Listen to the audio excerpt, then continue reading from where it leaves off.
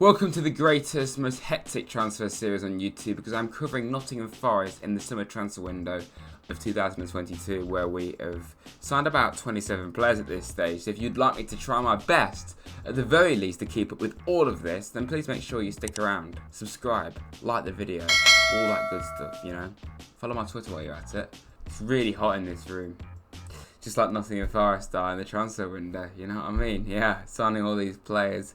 Since last week, we have signed 3 more players. There's still potentially more to come, taking it to a total of 15 signings this summer transfer window. The latest one being Remo Freuler. I'm so happy with this one. A guy that has been about the block for a long time. He's 30, but we do need a bit of experience in this young, exciting team.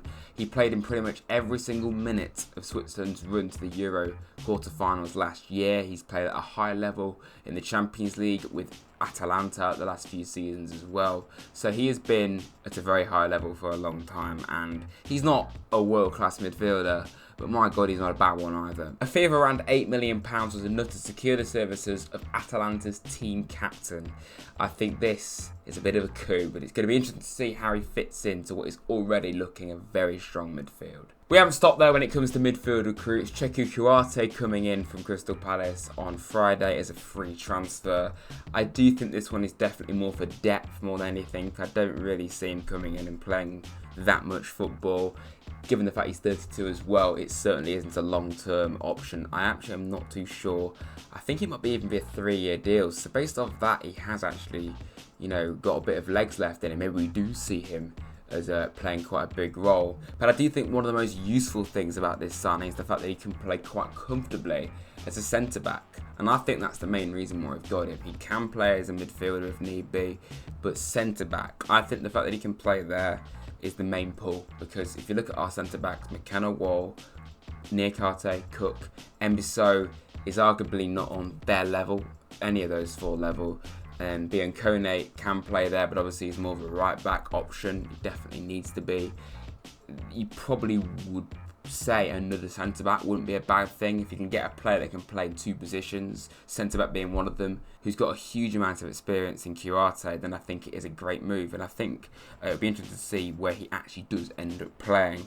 Played for West Ham before, Crystal Palace of course. He's played 82 times for the Senegal national team. I think it's a pretty smart move, but I don't think he'll play a huge amount of football. And it will also be interesting to see how much this guy plays football, given the fact we've got a Wani, Surridge, and obviously Brennan Johnson, and potentially another player that's going to come in up front that I'm going to mention next.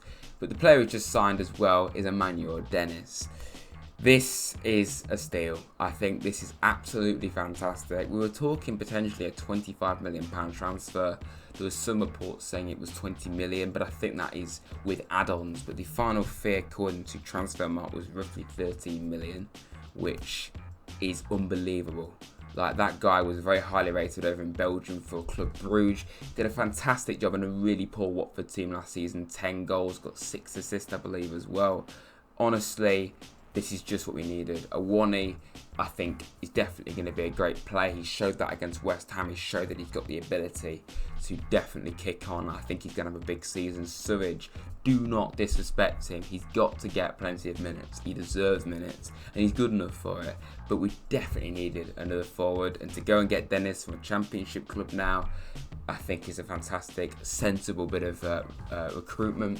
It will be interesting to see how much he does play, whether we drop Brennan back, but how will that affect Lingard, or is this just fantastic squad depth? The fact we can have these kind of caliber of players on our bench is a sight to behold, because I'm not used to having that level of player on the bench. 24 years of age as well, and I believe he can play out wide as well, so he may not necessarily just be down the middle.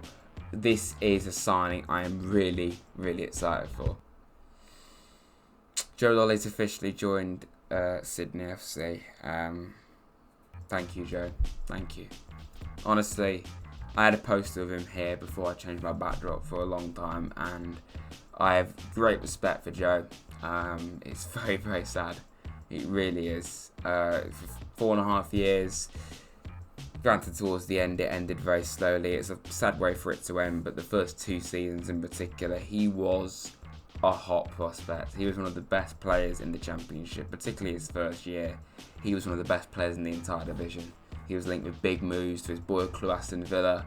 Unfortunately, under that manager that we won't name last year, injuries hit him. He just declined in general. Then last season he found it quite difficult to get back into the squad, plus more injuries. It's a shame that such a fantastic career at Forest had to end in a really sad way, and it would have been poetic for him to get a few games in the Premier League, but ultimately he wants to play football, he needs to play football, so it's the right move. But thank you, Joe Lolly, thank you very much, mate. Now for rumours in. We've signed 15 players and we still want more seemingly. Neal Maupay. This is maybe a question of the fact that, do we need him, you know? Are we just signing players because we can now? Because some people are saying that we're doing that anyway. That's complete and utter nonsense. But with the signings of Awani and Dennis, we've already got Surridge, and obviously Johnson can play up front. Maybe this isn't needed, but if you think about it, we had Surridge and Johnson last year. We lost Grabham and we lost Davis, and then Taylor isn't good enough. We've only replaced 2 of those 3, so maybe you want to obviously get rid of Lyle Taylor, unfortunately for him, and bring in another player potentially. So I think that probably will be why we're doing this, because we want to replace pretty much our entire strike force of last year. He's been there and done it before. He's only 25. He's a bit like Brice Samba, you know, a bit of a wine merchant, got a bit of an attitude to him. But if anyone can make him cooperate, it's Cooper. If anyone can get the best out of him, it's Cooper, because Maupay has struggled the last year for Brighton at the very least. It would be a 4-year deal, and I'm not too sure whether he would play or not. Maybe again, even though he is young, it is that extra bit of Premier League experience and know-how. I don't know how all these lads are going to play though, because like, who drops out? Like, you're not going to drop Brennan. He can't really just been put into the 10 role because he got Lingard. So it is unbelievable to have these options, but they all need to get a fair amount of game time really, and you could see one of them being loaned out at some stage possibly, or sold, because they're just not getting minutes. But like, to have Maupay, Dennis, Awani and Surridge as your strikers, all 4 of them for me could comfortably start. That is luxury. That is luxury. And I'm not used to having it. I'm not used to seeing this at Nottingham Forest FC. This next player, we mentioned him last week, and it would definitely sort out the backup to Lingard. I know Johnson can play there, and to be honest, I think Johnson probably will play as a 10 this season a bit, or maybe out on the wing, but more of a 10, because obviously the amount of strikers we've got play, you know, say play Dennis and Awani together, or Surridge or whoever. You put Johnson back, you rotate with Lingard maybe, I don't know. Hossam Aouar, I honestly, I can't stop pinching myself enough about this transfer window. We've signed some unbelievable players in this window already. Williams, Lingard, O'Brien, Niakate, Mangala looks class as well. Awani's going to be class. Dennis, they're all brilliant players. And now we're about to sign someone that has got so much potential. He is a wonder kid on FIFA, or he has been in the past. It's clear to see in real life he's great as well. I haven't just not seen him play in real life, because I have, and I like the look of him. This would be a coup. And we're talking about £15 million for him. Obviously, he can quite comfortably play further back as well. I think he can play on the left wing. That might be complete nonsense. But he's only 24. I don't know how we're going to fit all these lads in. Like I keep saying, we're going to have some absolutely top quality players on the bench. We are not taking the mick. We really want to stay in the Premier League for the long haul and go even further than that. Because to have that calibre of player on the bench is truly outstanding. There's 2 more players I want to mention. This next one, I'm not too sure if it will happen or not, and it wouldn't really make any sense to me at all. It's another striker, but this is the thing, right? The rumour is we're going to buy this guy and then loan him to Olympiacos, which it wouldn't be a transfer window if we didn't do some business with Olympiacos. I'm not going to say his first name, but Hwang from Bordeaux, a South Korean striker. The last 2 seasons in Ligue 1, he scored 11 plus goals. They've been relegated to the 2nd division this year. I think, actually no, the 3rd division. It's something crazy going on with Bordeaux. So obviously he's going to want to leave, but he's 29. So buying him to loan him at 29 seems a bit pointless, and I don't really see why we need another striker. This is why I'm still a little bit 50-50 on whether we need Maupay or not, but I don't really see the point, to be honest. But it is just a rumour that I've seen on Twitter, one of the many rumours. Manchester United apparently want to permanently sell James Garner. Mate, I'm not a Man United fan, obviously. Thank God for that, I'm not. But even I find it absolutely hilarious what's going on at Man United. But it honestly annoys me how stupid they are. Like, they've got McFred and they want to permanently sell Garner. For his own good, do it, please. But this is annoying. This is the really annoying thing. And this is the one thing I don't understand about our transfer window. We didn't buy any of the loans we had last year. We've been out and signed players for big money. Garner wouldn't have cost as much as what some of the players that we have signed have cost. We're talking 15, 20 million. He's worth that. He really is, in my opinion. And if we can go out and sign some players for that amount, why didn't we go all out and get Garner? It was obvious he wasn't going to play. And this is the thing, it's too late now. We've signed so many midfielders. We don't need Garner. The only bonus of signing him is it would fill that backup number 10 role, because he's not an out-and-out 10, but he can quite comfortably play there with great effect. But Garner wants to come back to Forest to play, not just to be on the bench like he is at Man U. So it wouldn't make any sense. So the Forest squad depth map, I've had to change it up slightly to fit all the names in properly, so it's not all just getting really crowded.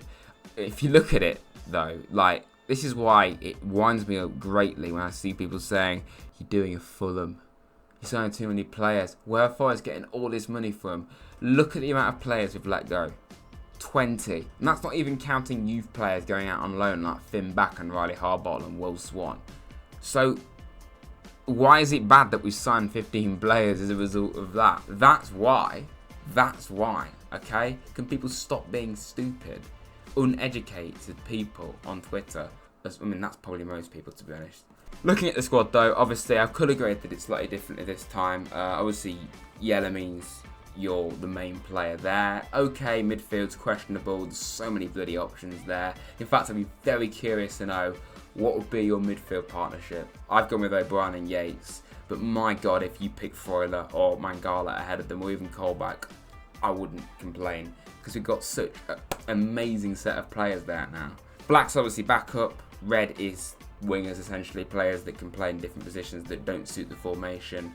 And then obviously I put orange in now, which are players that can play in multiple positions, though, being Kone, Kiwate, Colback and Johnson, of course. And this is why, really, I suppose there's only one more position that you could argue that we do need to sign a player to.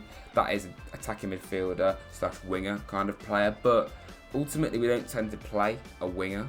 Lingard can play out wide if he needs to, so can Johnson, so can Dennis. He has done that for Watford before. So I do think, and obviously Mighton, actually, you can't forget about Mighton. He's not phenomenal, but I don't think Mighton's going to be loaned out. I think it's going to stay around for depth, and ultimately he's a good young player. So we don't desperately need one. It wouldn't go amiss, but I don't think that's an area we should be like desperately trying to sign a player to.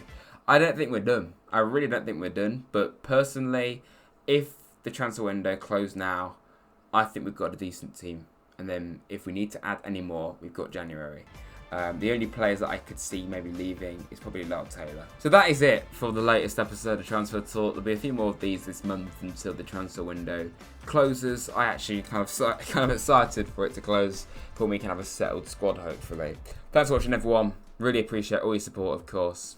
Up the Reds. Thanks for watching.